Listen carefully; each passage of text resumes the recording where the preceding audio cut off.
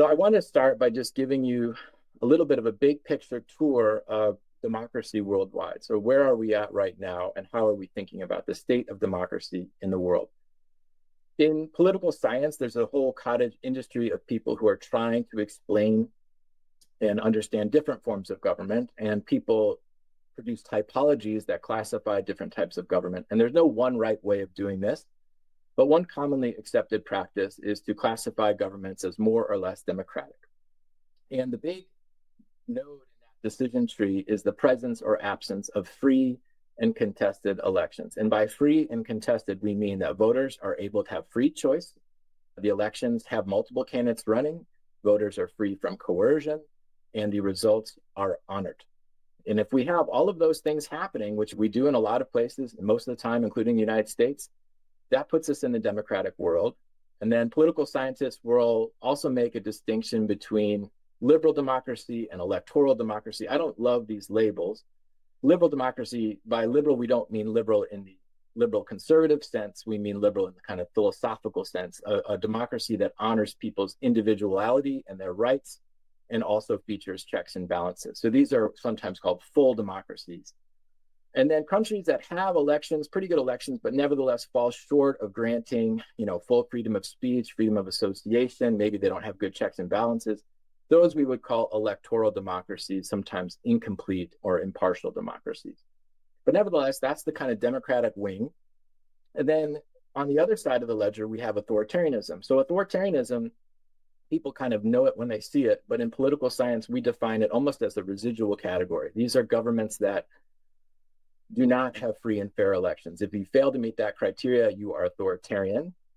Often when we think of authoritarian regimes, we watch them on TV, watch these old shows about monarchies. We are thinking about what are called closed authoritarian regimes. That's almost what comes to mind for a lot of people. Closed authoritarian regimes are regimes that do not even bother really with elections or opposition parties at all. The archetypal modern example of this is the PRC, the People's Republic of China. The DPRK, North Korea would also be considered that as well. These are countries where they might have some elections, but Xi Jinping, for example, is not facing any real electoral competition, even from a weak opposition party. So those are closed authoritarian systems. Those are in some sense the most pure form of authoritarianism.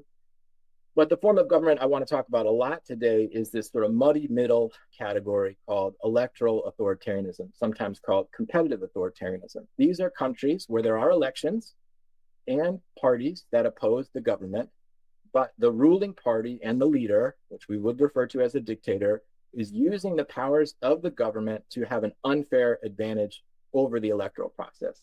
So people vote, other parties run and even campaign, but the electoral playing field is so tilted and imbalanced via gerrymandering or coercion, intimidation, control of the press, propaganda, that the elections are really not free and fair in a meaningful way.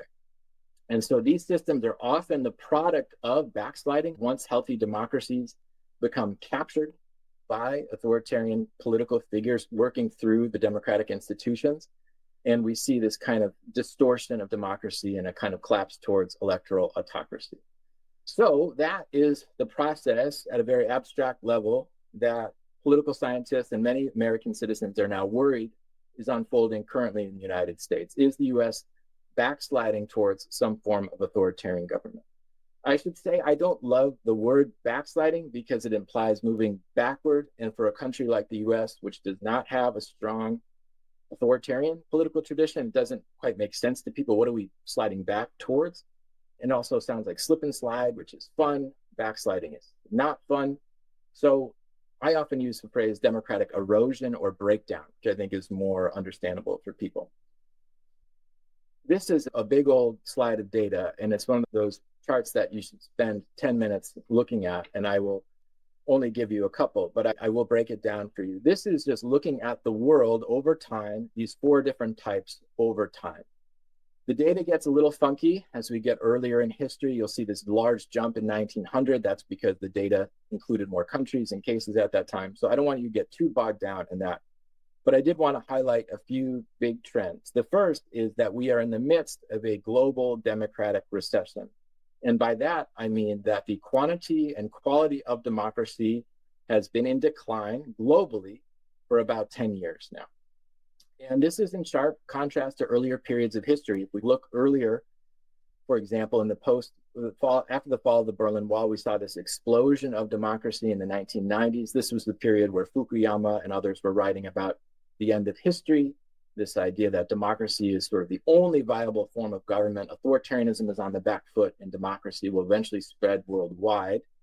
So that was an earlier ethos. And now we are thinking as political scientists and as global citizens about how democracy is actually on the back foot in many countries. And once healthy democracies, including the United States, seem to be stumbling, and there's an inherent fragility to this political system that is noteworthy. The other couple trends I wanted to highlight for you is that authoritarianism itself is changing, and this is in some sense a positive development. We've seen the decline in closed autocracies. So these countries that don't have any opposition, that kind of iron fist, classic Maoist, Stalinist, like that sort of authoritarian regime is in decline. And in its place, we have these sort of murky middle authoritarian governments, which claim to be democratic, have elections, but fundamentally rule in an authoritarian fashion. But it is slightly softer, I would say, than closed authoritarianism. Another way to see this trend is this is that same chart, this time just looking at change. Again, the total number of countries over time. That ugly brown color in the middle are countries that are basically staying the same. The red is countries that are experiencing some measurable degree of autocratization. That doesn't mean they are becoming authoritarian, but that they are trending in that direction for a sustained period of time. And then the blue is countries that are democratizing. And so this is a really nice way of seeing those moments of political optimism and pessimism worldwide, right? So after World War II, we see a real explosion of democracy in much of the developing world. Certainly we see that after the fall of the Berlin Wall, and much of the post-communist world becomes democratic. And then now we're seeing the opposite trend, where a lot of democratizing countries are falling prey to backsliding. So that's what we're going to talk about in this series, democratic erosion, and we're going to be focusing quite a lot on the United States.